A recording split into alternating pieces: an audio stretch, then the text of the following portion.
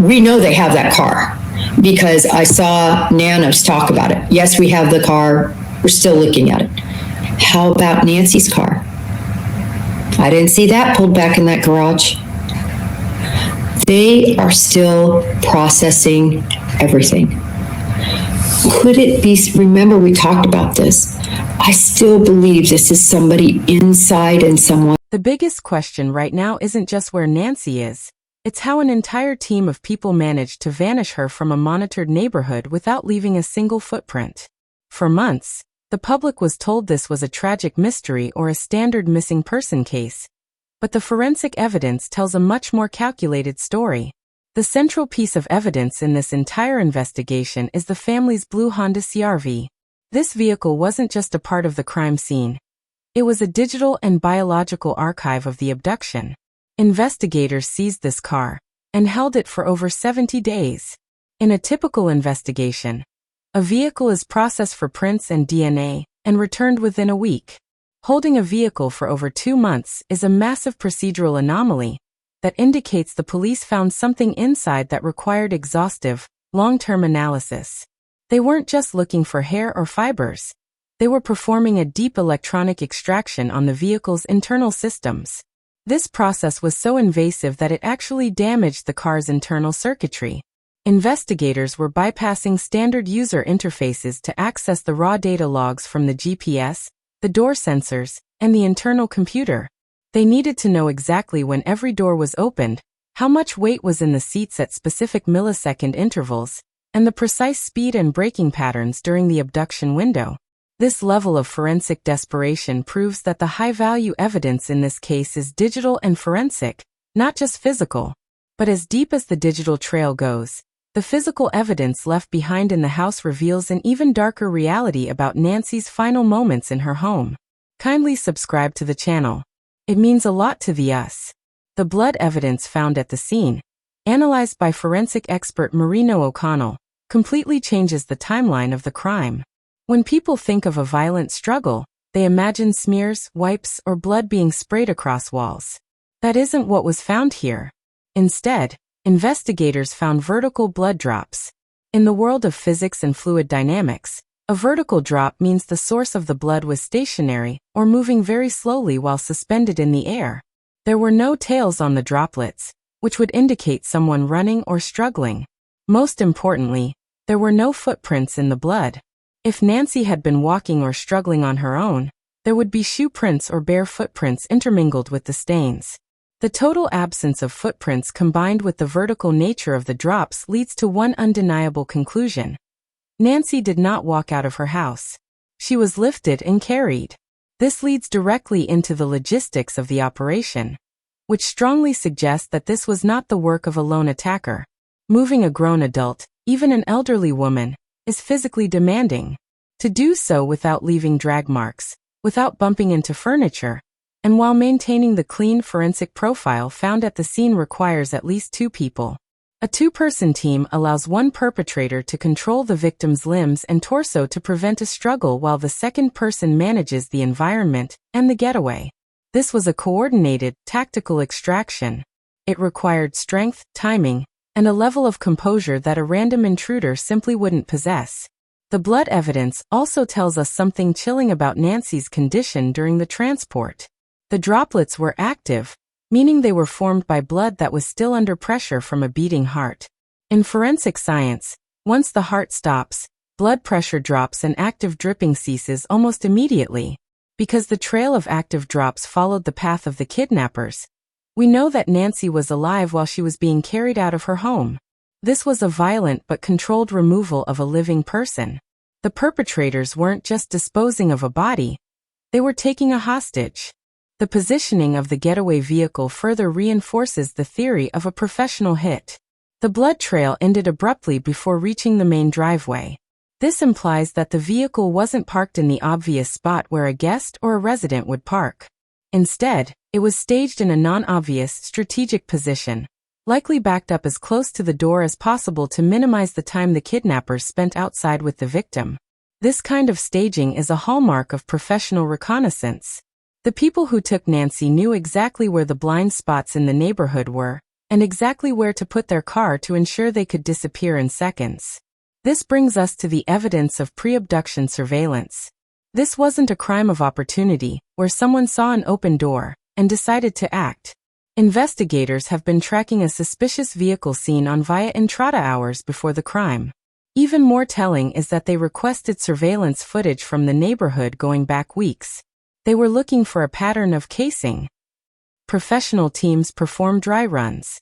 They map out the routes, they time the police response, and they watch the movements of the residents to find the perfect window of vulnerability. The vehicle on Via Entrada wasn't there by accident. It was part of a reconnaissance phase that likely lasted for days, if not weeks. As the investigation has expanded, it has become clear that multiple vehicles were involved in this operation. We aren't just talking about the family's CRV or the scout car on Via Entrada. There is a third vehicle that appeared at a nearby gas station during the exact window of the abduction. In a coordinated kidnapping, multiple cars are often used to create a shell game. One car performs the snatch, a second car acts as a lookout or a blocker to prevent pursuit, and a third car is used as the switch vehicle where the victim is moved to a clean car that hasn't been seen near the crime scene. The presence of these three distinct vehicle leads suggests a level of sophistication that points to an organized group rather than a single motivated individual. The DNA evidence recovered from the scene further complicates the narrative, but supports the team theory. Forensic analysis revealed mixed DNA profiles. This means biological material from multiple individuals was found in close proximity to the evidence. While this makes it harder for labs to get a clean hit on a single person in the national database, it confirms that the house was occupied by several people during the crime. When you combine mixed DNA with the lack of footprints and the multi-vehicle sightings, the lone wolf theory completely collapses. We are looking at a group that had the resources to coordinate their movements and the discipline to stay silent afterward. Finally, we have to address the current state of the investigation and the silence from leadership, specifically Sheriff Chris Nanos. There has been a significant lack of public updates despite these heavy forensic indicators. In high-profile cases, this kind of silence usually means one of three things. Either the authorities are in the middle of a massive evidence consolidation and are preparing for a multi-defendant arrest, or they are struggling to track a team that was professional enough to leave very little clean data behind. There is also the possibility that the silence is a strategic move to keep the suspects from fleeing. However, from a community perspective, this silence feels like a leadership vacuum. When a team of kidnappers can operate with this much precision in a quiet neighborhood, the public deserves to know that the response is just as sophisticated as the crime. The evidence is clear. The CRV holds the digital keys, the blood patterns prove a coordinated carry, and the vehicle logs on Via Entrada prove this was planned. The silence from the sheriff's office may be strategic, but the forensic facts speak for themselves. This was an organized, multi-person operation that required reconnaissance, staging, and tactical execution. As we continue to analyze the electronic data and the DNA results, the circle around the perpetrators is tightening, but the question remains: who had the motive and the means to coordinate an extraction this precise? To understand why the Honda CRV became the focal point of the Pima County investigation, we have to look at the specific nature of modern automotive forensics. A car built in the last decade is essentially a rolling computer. Every time a door is unlocked via a key fob, it leaves a timestamp. Every time a passenger sits in the seat, a pressure sensor logs the weight to determine if an airbag should be deployed. When the investigators held that car for 70 days, they weren't just looking for fingerprints on the steering wheel. They were likely using tools like Burla Eve to pull data that the average user doesn't even know exists. This data extraction is what we call invasive forensic recovery. In many cases, the proprietary software used by car manufacturers is encrypted. To get past that encryption, investigators often have to physically remove chips from the motherboard or probe the circuitry with specialized hardware. This is why the vehicle's circuitry was damaged. They were looking for the immediate payoff: a digital smoking gun that shows the exact moment Nancy was placed in the vehicle, or more importantly, if the vehicle's GPS was used to scout locations prior to that night. But even with all that technology, the physical scene at the house provides a visceral narrative that numbers cannot. Maureen O'Connell's report on the blood patterns is the most significant forensic breakthrough since the investigation began. We must emphasize the importance of those vertical drops. In a typical home invasion where a victim is dragged, the blood creates a smear or swipe pattern. This happens because the victim's body is in contact with the floor. The absence of these smears, and the presence of perfect, circular drops, proves that Nancy was elevated. Think about the physical coordination required for this. One person holding the upper body, another holding the legs. They are moving through a hallway, perhaps in the dark, with a struggling or unconscious victim. Yet, they didn't trip. They didn't drop her. They didn't brush her against the door frame. This level of physical control suggests they had practiced this movement. This brings us back to the value proposition of this investigation. We aren't just looking at a kidnapping. We are looking at a professional hit. Why would a professional team be required for an elderly woman? This is where the leadership vacuum in the department becomes a factor. If the sheriff's department had treated this as a sophisticated criminal operation from day one, rather than a standard missing person case, the via entrada surveillance might have been captured sooner. The retaining bridge for this case is the reconnaissance vehicle. Multiple neighbors reported seeing a car that didn't belong on that street in the weeks leading up to the abduction. This car wasn't just passing through, it was idling. It was mapping. When we look at the logistics of the getaway, the strategic positioning of the vehicle becomes even more suspicious. The blood trail stops short of the main parking area. This tells us the getaway driver didn't just pull into the driveway. They likely backed into a spot that allowed for a hot start. A quick exit where they didn't have to put the car in reverse or execute a three-point turn. This is tactical driving. Every second spent on that property was a second where they could be seen or heard. By staging the vehicle, they cut their on-site time by at least 60 seconds. Now consider the three-vehicle coordination. In investigative circles, we look for the scout, the snatch, and the switch. The scout. This is the vehicle seen on via entrada. Its job is to watch the house, ensure no neighbors are outside, and signal the all clear to the team. The snatch. This is the vehicle that actually enters the property. It is the one Nancy was loaded into. The switch. This is the car at the gas station. Often, a team will drive 5 miles away, move the victim to a clean car that hasn't been seen anywhere near the crime scene, and then abandon or clean the snatch vehicle. This level of coordination points toward an organized group with a specific motive. This wasn't a robbery gone wrong. If it were a robbery, they would have taken valuables and left. They took Nancy. This indicates that she was the objective. The DNA evidence, while complicated by its mixed nature, provides another layer of proof for the multi-person theory. In a house where a single person lives, you expect to find their DNA. When you find DNA from 3 or 4 unknown contributors in the same area where blood was found, you have a crime team. The challenge for Chris Nanos and his investigators is deconvolution, the process of separating those DNA profiles so they can be run against national databases. The silence from the department has been deafening. However, experts in the field suggest that this silence might actually be a good sign for the case. When police have nothing, they often ask the public for help. When they have a lot of evidence, like a gutted CRV, reconnaissance footage, and mixed DNA, they go silent because they are building a racketeering or conspiracy case. They don't just want the person who carried her. They want the person who paid for the cars, the person who did the scouting, and the person who gave the order. We are currently at a crossroads in this investigation. The forensic data from the CRV is being processed by labs that specialize in high-level digital recovery. The blood patterns have already told us the how. Nancy was carried out alive by a team.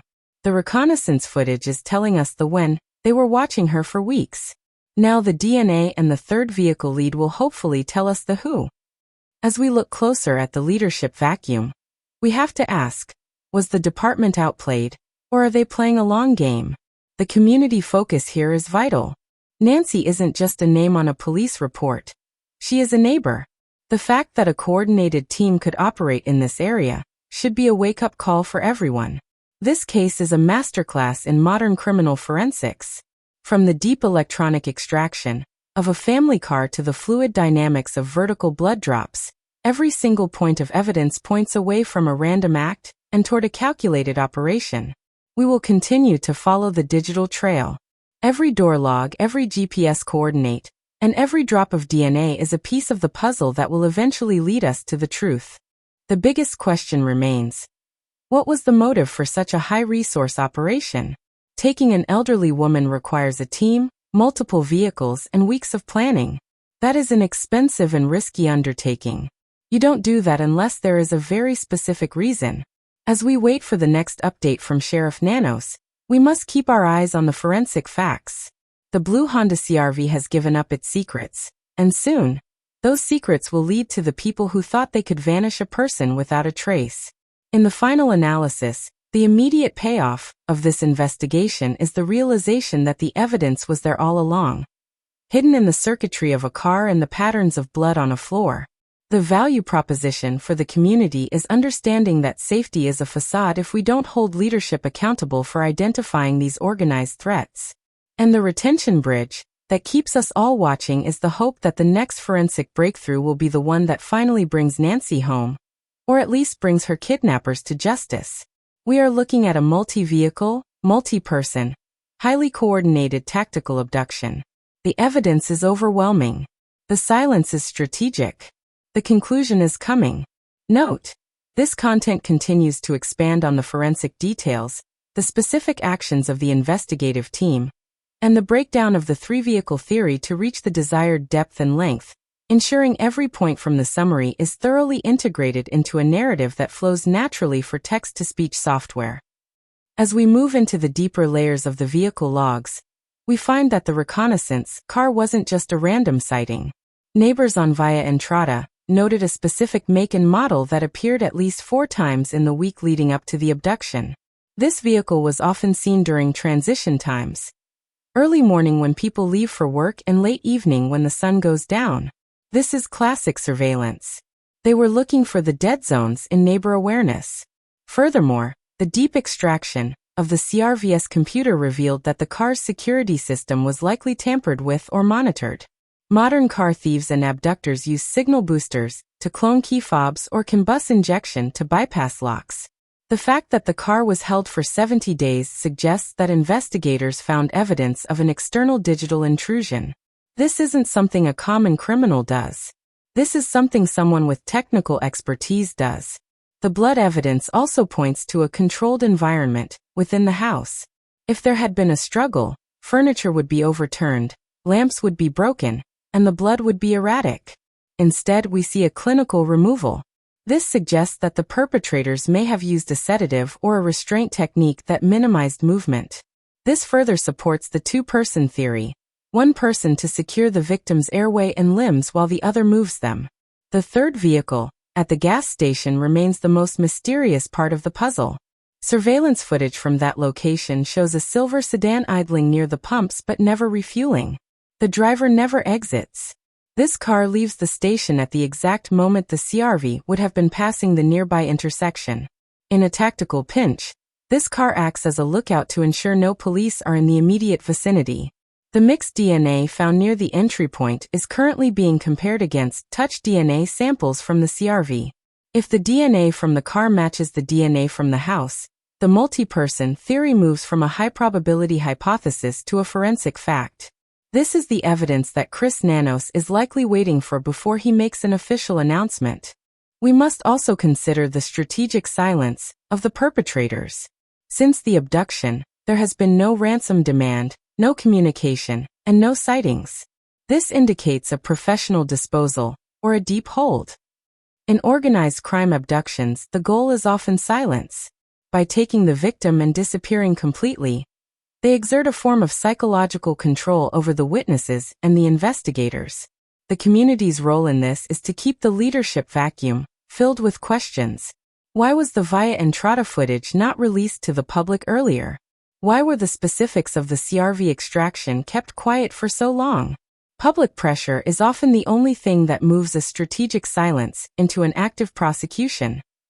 As we conclude this deep dive, the evidence stands as a testament to the complexity of the crime.